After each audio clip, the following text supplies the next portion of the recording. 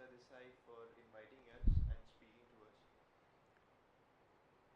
It's my pleasure, and I hope that whatever questions you ask me, I shall be able to answer to your satisfaction.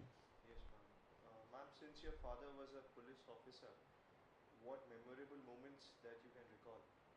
Well, I know that he got transferred from to different places, and that time it was one big Bombay state, which is today split into Maharashtra and Gujarat, and bits have also gone into Karnataka. So we travelled to many places, Karwar, which is today in Karnataka, and went to Ahmedabad and Baroda and Sholapur. So it was a learning experience for me. I went to the whatever local schools were there, spent a short spell in a boarding school, and naturally growing up in a police officer's home, there was a certain amount of discipline that I grew up with, and I think at that time, although I may have sort of resented it, in the long run it has uh, stood me in good stead. Yes, ma'am. Ma'am, when you were 13 and your father took you to watch your very first ever cricket match, how was your experience? Oh, I knew nothing about cricket, though I used to read the sports page. But this was the first time I saw it, and my father was explaining the match. And as I kept seeing the match, I think I fell in love with the game. And that match was with the West Indies visiting team against the President's 11 at Ahmedabad.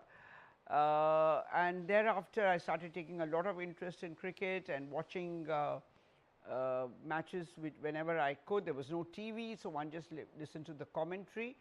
And gradually, I came to know some uh, knowledge or some information about the game and about the players who had played it in the the history of the game and so on.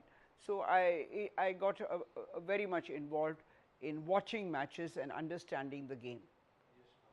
Ma'am, what made you marry a cricketer?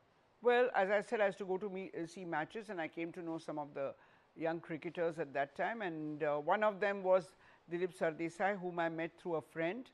And we were just friends in the beginning, and we started writing letters to each other. And over the years, our friendship grew into love. And since my father did not believe in long engagements, and since Dilip was a well known figure, he did not want me to sort of have a long engagement. So within the year, when I was 18 and still studying at St. Xavier's College in my junior BA, I got married. Yes, ma'am.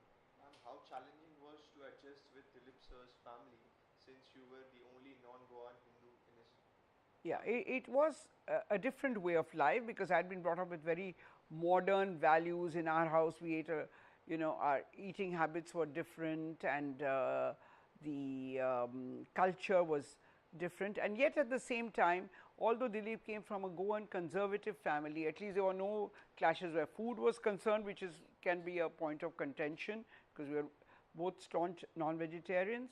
And because Dilip had traveled all over the world and he had seen a lot, he was quite different from the rest of the members of his family.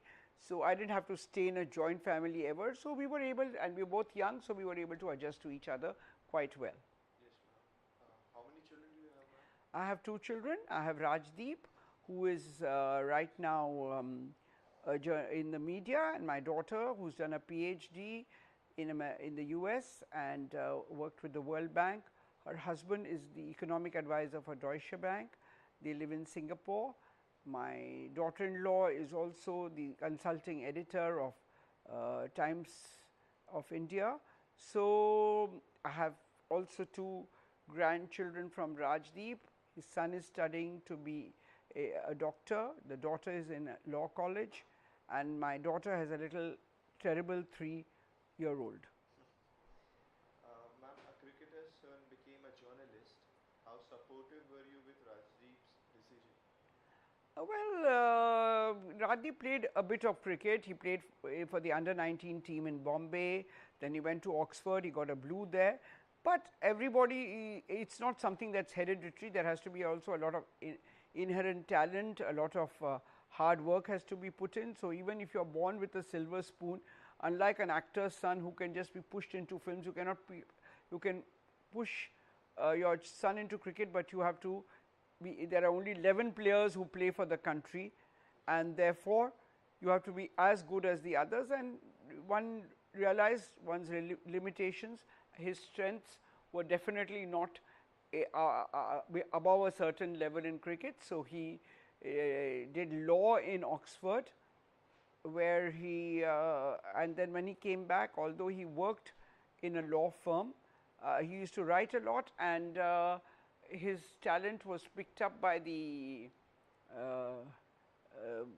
editors of Times of India, and they offered him a job, and he became the youngest metropolitan editor of the Times of India. Yes, ma'am. Seeing your son Rajdeep leaving for his further studies in Oxford University, what were your feelings then as a mother? No, well, I naturally, having been at home, I was a little anxious, but I knew that whatever was going to happen was for his own, is going to help him in the future. And his father was very, very keen that he go abroad and study, because he had not got the same opportunities. And he did his graduation in India, so his roots were very firmly in India.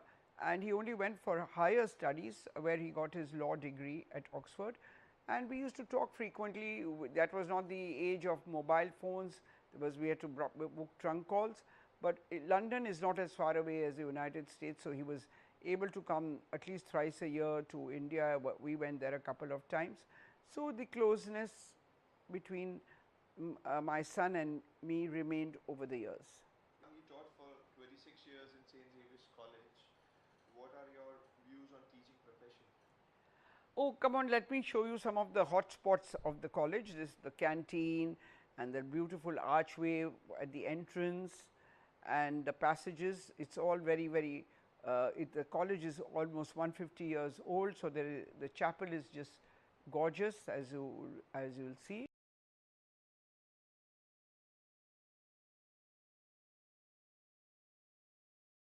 So I think for me, it was something that I think I was born to be a teacher.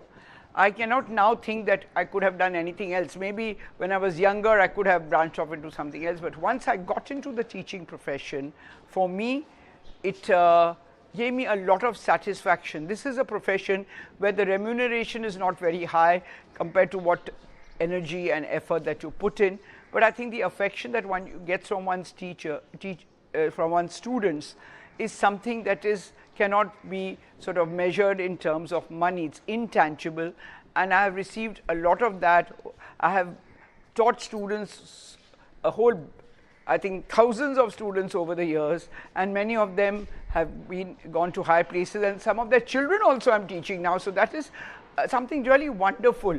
So I have, I think, put in my blood, sweat and tears into this profession, and it has been well worth it. Yes, ma'am. How do you measure your success, ma'am? Well, as I said, I had a very successful husband because he was high profile. He played cricket for India. I have a son who is also a media icon. My daughter has done well in her life, though she is publicity shy. She's worked with the World Bank after doing her PhD. For me, I think if I'm enjoying and finding satisfaction in what I have done, and if I've done it without being coerced into it, if it is something which has made me what I am, it has given me a sense of worth, it has given me a status in my life, and for me, perhaps may not be successful in the traditional sense, but it is success which is something that I have internalized. Is my experience at the Bombay Gymkhana, where only sons were allowed membership after the age of 18, while daughters had to forego it. And I thought this was very, very unfair. And for 2 years, with the support of many young women who are members of the Gymkhana, because of their fathers, we launched this whole movement for gender parity. And as I said, it was a long struggle. We had to undergo a lot of brickbats, but with the support of men, especially my husband and other friends, because we needed the help of men, since they had the right to vote any new resolution, we were able to convince the general body the clauses within the Gymkhana rules were changed, and girls got the right to become members in their own right, the right to stand for elections, the right to vote.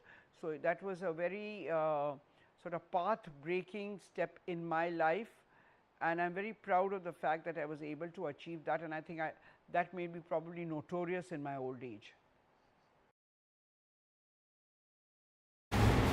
Thank you, ma'am. It was a pleasure interviewing you. I'm happy that you came here. Thank you.